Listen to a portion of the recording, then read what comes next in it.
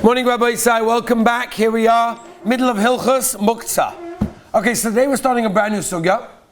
The brand new sugya that we're starting Be'ez Hashem today is the sugya of Kli Shemilachto leheta. Kli Shemilachto leheta is a major shaila, whether it was nichlal bichlal in the gzeira of Muktza or has no shaykhs to Muktza. That's really the shaila. Okay, it's subject to machlokes rishonim, believe it or not, whether or not there is even a gzeira on a Kli Shemilachto leheta.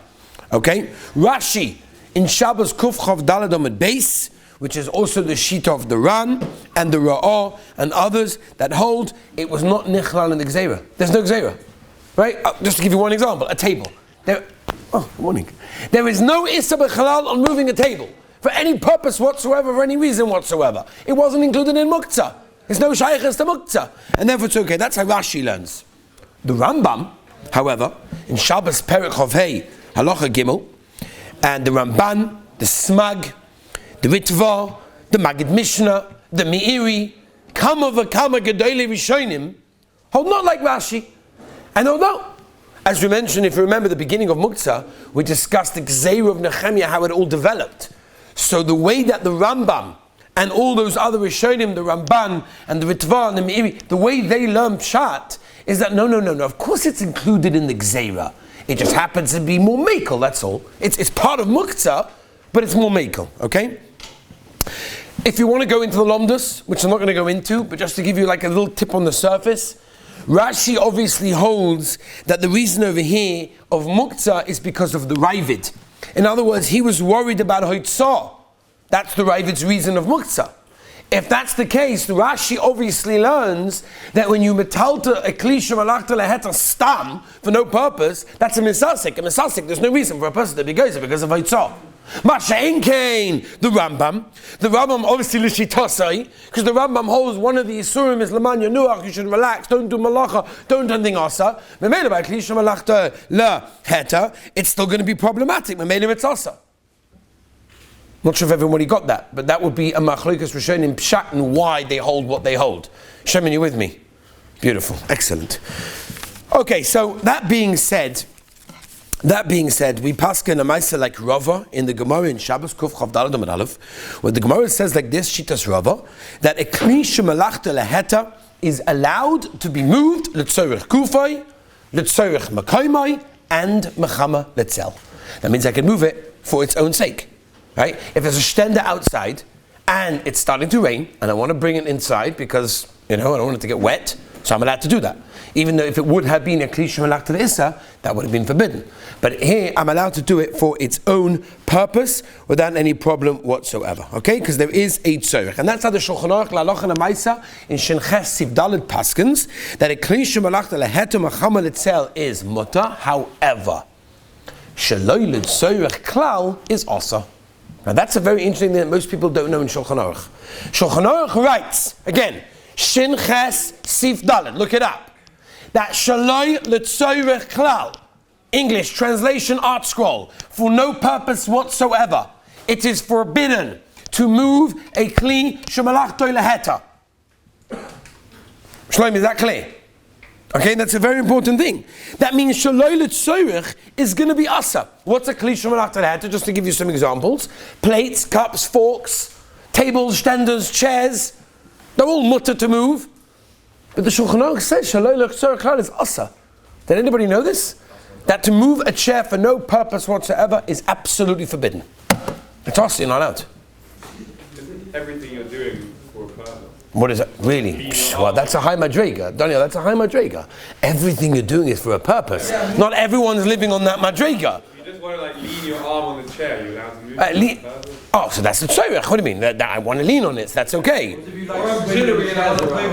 Daniel's saying a gewaldige Zach, and Be'etzim he's right. Everything we do has a purpose. Is there anything that you do in your life that doesn't have a purpose for the Rabbeinu Shalom and for Avodas Hashem? Father, there is. When you eat, it's for Avodas Hashem. When you sleep, it's for Avodas Hashem. Whatever you do is for Avodas.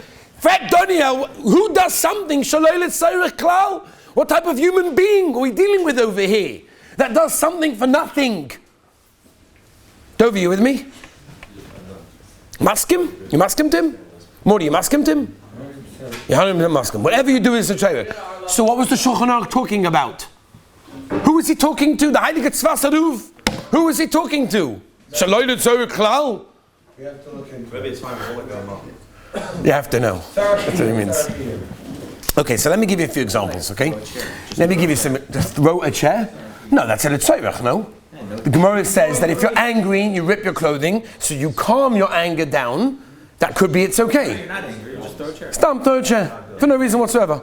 Is there a normal human being in the world that throws a chair for nothing? I have never met anyone, not in this yeshiva. Anyway. Okay, I'm editing that one. Anyway, Rabbi said, let me give you some examples, okay? Okay? Such an exciting sugya. Kli Shemilachto laheta. So beautiful.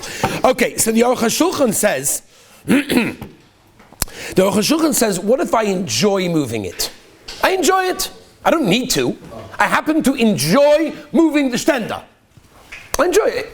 What do you want from me? Not everyone's perfect in life. I enjoy moving the stender. Is that a problem?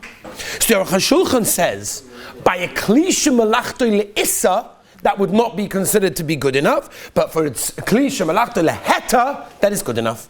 And therefore, says the Aruch HaShulchan, the Heilige Aruch HaShulchan, that if a person enjoys, for example, you're sitting at a meal, and the guy gives a speech, right? Now, I was once by a meal, it happened to be one of my own meals, and I invited a couple of Choshev Bachrim, and I asked the Bacha for a Dvar Torah, and he smiled, said, sure. 45 minutes later, he finished.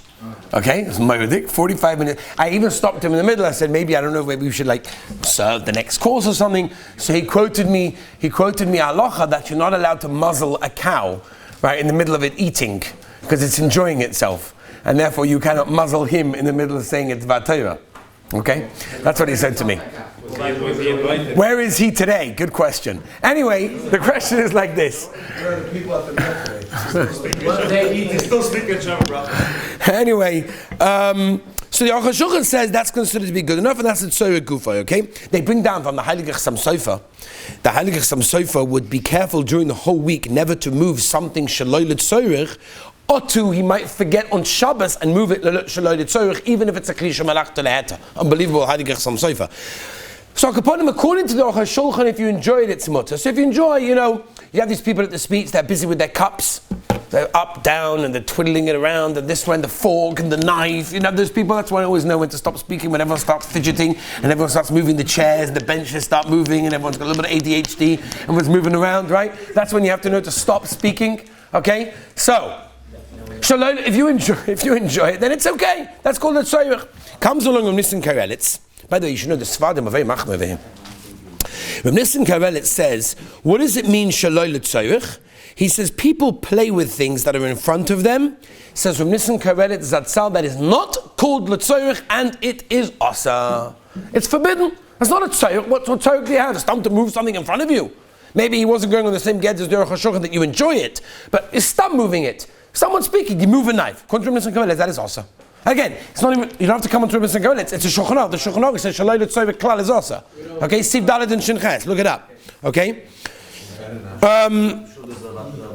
They asked Reb Chaim Kanievsky, and Reb Chaim Kanievsky, they asked him this kasha, what if, I start moving playing with a fork in front of me during the meal? Reb Chaim Kanievsky said it's okay. That's considered to be a tzorech. And not only that, the Heilige Debetzin Rabban Ben Moshe Chelik Aleph Siman Chof Gimel, the Oznidbun Chelik Aleph Siman Ein Tes, paskins that if you mess around with something, you're playing with it during the meal, that is a tzorech, and it's Mutar Chacham Ovadia in Yabia Oimer, paskins that it's osa. So the Sfadim happen to be quite machmir, I guess because the Shulchan Aruch says very clearly that shaloi l'tzorech is osa, and therefore the Sfadim have to be a little bit more machmir. But l'maisa, according to most Ashkenazim, that if you enjoy moving it, there's definitely a mokim to be makel. Now, that being said, the question is, are there any exceptions to the rule? Okay, is there anything that is an exception to this rule that does not fit this rule that will be mutter in every circumstances? So there are various exceptions. Exception number one is food. Okay, because food is a very important thing in Yiddishkeit. Remember this? Food is a very important thing in Yiddishkeit. Everything's always done with food or alcohol. Everything's done with alcohol or food in Yiddishkeit. A cup of wine for Avdallah, a cup of wine for Kiddush, a cup of wine for L'chaim. You want to eat Mazonis with the Rebbe, right? We learned that, Shimon. You have to have L'chaim. As I guide this, that's how it works, right? fish in between the fish and the meat. The olim are very makbid to have a davar chorif in between the fish and the meat. There shouldn't be any remnants of fish and meat because they're normally over on Yehuday Sim Kufta Zayin PC base when you're not allowed to have fish and meat together. So therefore, people are makbid on things. Klal Yisrael, we don't ask kashas on Klal Yisrael, okay? Now, food is the exception. Aaron, you listening? Food is always mutter. Because food is food. And therefore, even shaloy litzorich, you're always allowed to touch food. There's no problem with moving food whatsoever. It's absolutely fine, with the exception. You thought you got away with it. With the exception of what, Naftali? Sushi. Okay, ooh. Okay, you entered a big sugya. That's Sif Mem Gimel. We'll get there. We're getting there. But before we get to sushi, what's one of the exceptions? Cooking. Animal food. Frozen. Animal food. That's not food. But it's not food. Well, it's food for an animal. Yeah, but it's not food. So one second, it's allowed to be touched to feed the animal, right? If what? That's funny or so. I'm not even gonna. Don't get me started. Okay. So when it comes to animal food, obviously to feed an animal is mutter, right? Because you're allowed to feed, and not only are you allowed, you have to feed an animal before you. So if the mezon is alecha, if you have to feed the animal, then obviously you're allowed to touch food. But stam to touch animal food is going to be problematic. What about food that's muktza? What food's muktza? What food is asa? Sushi. Who? Treif. Okay, treif. Okay, I hear. Who? Raw food. Raw food, maybe. We'll get to raw food. We'll talk about raw food as a different status. Food that's asa, for example, orla. Right? Or, Burn again. in this country? Whatever it is, if you buy, what do you mean? If you go to a bad harsha because it's got Hebrew writing, and there happens to be a guy in the restaurant that has a beard, and therefore you think you can eat there, that could very likely, if it's fruit, be orla. Got to be very careful. Bad harsha, got to be very, very careful. Tevel, sfichin. Oh, sfichin. Now we're talking, right? What's sfichin? Everyone's like nodding. Yeah, sure, of course. Yeah. What is it? You know those guys who asked them a sugya. Oh, there's a famous Reb Chaim on that. Yeah, what does he say? I don't know. Okay, Kisvei Kodesh, by the way, are not included. Right? Any Sfarim, all of these things. Right? There's no problem with touching Sfarim on Shabbos. That's fine. It's fine. All Kisvei Kodesh, Megillas, all of these things are not problematic. What about Tefillin? Very negay. You come to be sledge, so somebody left their tefillin from Shachris in the morning, and they left their tefillin on the table, and now it's after Shkia. Now it's is it Muktza? What is the din of tefillin? Sorech Makoyma, you mean that it's a Kli Shemilachto L'Issa then? Yeah. No. Is it? It's a Kli Shemilachto L'Issa. What Issa does it do? They're Muktza. Why they Muktza? That's what I was told. So let me tell you. Okay, so this is the sugya. Here it is, Aaron. Okay, the Heilige Tzfas Aruv in the Heilige Beis Yosef brings down over here in Sif Dalet. That was sugya. He brings down that tefillin is a Kli Shemilachto L'Heta. Right, it's like a table, it's like a stender, it's like a chair. Why? Because it's mutter to put it on. As I stated in Beis Yosef, it's mutter to put it on. You're just not chayiv to put it on. You're not obligated to put it on because it doesn't require an ois. Shabbos is an ois. Tefillin is an ois. I don't need an ois on Shabbos because I already have the ois. As I state in the Beis Yosef. Not only is it there as well, Tosfos in Beit Tezvav also brings down the same thing, the Trumas Hadeshen also as well. However, don't leave just yet. The Taz brings down the Heilige Reb Shimon. Reb Shimon Bar Yochai in the Zohar Kodesh. For the people that go to Meiron, I'm talking to. So Reb Shimon Bar Yochai in the Zohar brings down, the Taz brings it la'alocha l'maisa. And by the way, the Shulchan Aruch passes this way in Hilchos Tefillin and Simon Lamed Aleph, that what? Says the Zohar, which is paskin again in Shulchan Aruch and the Taz as well, that now it's osa to wear tefillin on Shabbos. It's osa to wear tefillin on Shabbos because tefillin has an ois. And therefore it's going to be also. And the Balatanya Paskins this way, the Aliyah Rabbah Paskins this way, the Tosfos Shabbos Paskins this way. L'maisa, what's that? The Heilige Tzfas Aruv. Or you go with him? He passes that way, that is also. The Ramah says that tefillin can be moved l'tzayrich. The Taz and the Magen Avraham are choylek on the Ramah, and they say that a tefillin has a din of a kli shemilachto le'isa, and the Mishnah Berurah is machmeh, and says that what? It's a kli shemilachto le'isa, which means you can only move it l'tzayrich gufa makoyma, means if it's in my place and there's no other place, then I should move it. Otherwise, there's no real reason to move it. However, the Mishnah Berurah says, le'isa tzayrich, if you've got a situation, then you can be makel, and for any tzayrich, you can be makel. For example, if it's in the sun, very dangerous for tefillin to be in the sun. It could ruin the parchments. Got to be very, very careful. So if you see tefillin in the sun and you want to help someone who's in the window and the sun is beating down on the window, you got to take it away. Even though I don't need the makom, but there's a tzayrich. The Mishnah Berurah says le'esa tzayrich, you could definitely be makel. The question is, nowadays our tefillin is very, very expensive, and you can have tefillin that costs an absolute fortune. Maybe it's a din of Muktza machmas chasarin kis, because automatically don't touch my tefillin. You can wear my tefillin, you want to wear my tefillin, no problem. But don't use my tefillin for something like, I don't know, making lines and svarim to underline a certain good thing, right? You don't do that. So therefore, maybe it's a Muktza machmas chasarin kis nowadays because it's more expensive. So they asked this question to Rav Elyashiv Zatzal, and Rav Elyashiv paskin halacha l'maisa, and he said no. He said, what, you think in times of Chazal it wasn't expensive? It was very, very hard to come by getting tefillin. And they still said it's a kli shemilachto le'isa. So halacha l'maisa, tefillin is going to be a kli shemilachto le'isa, and therefore should not be moved unless it's so gufa mekoymai or mechama letzal if there's a isa tzorik as the Mishnah Berurah paskins. What's that? You gotta keep something in your tefillin bag and use it on Shabbat. First of all, are you allowed to keep something in the tefillin bag and use it during the week? That's another shayla. No, a separate bag. A separate bag within the tefillin. Plastic over your tefillin bag. One second. Again, the tefillin bag, and then you got a plastic bag over it, and you put something in there. Yeah. No, that's something else. That's already been miyuchad. All right, it's a clean. Like that. Right? Can you put? Plastic bag. You're talking about on Shabbos. Right, so this is a game for a person, for example, that needs his talis from his talis and tefillin, for example, right? Because he hasn't got his Shabbos talis with him, and he wants to take it out. So obviously, if you're without moving it, it's for sure okay, right? Just unzip it and move it out, that's for sure okay.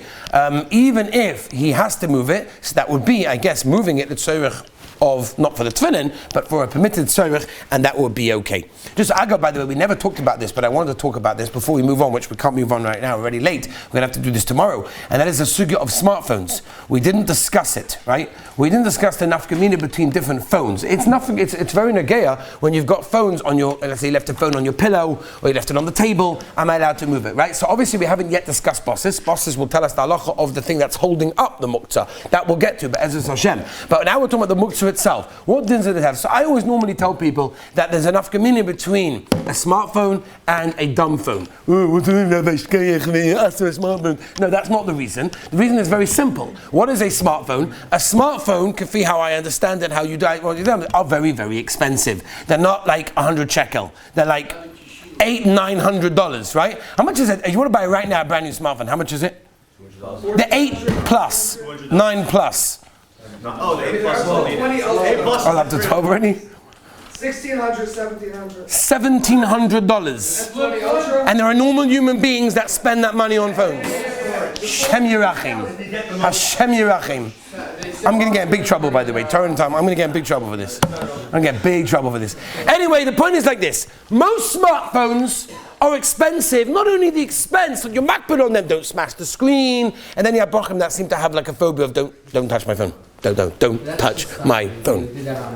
With the Mac, no, they do not do that on a kosher phone. Guaranteed. Okay? Shemon's maskim. If that's true, then most of smartphones that we have are a Muktza machmas chesaron kis, because your MacBid, that no one does something with it other than its intended purpose. Masha Ein Kain, you have a kosher phone. You have a kosher dumb phone that just makes phone calls. Aaron, you with me? Do you mind if your 3-year-old niece chews on it? I don't think you mind too much. She's crying. Give her the phone to chew on it. It's okay.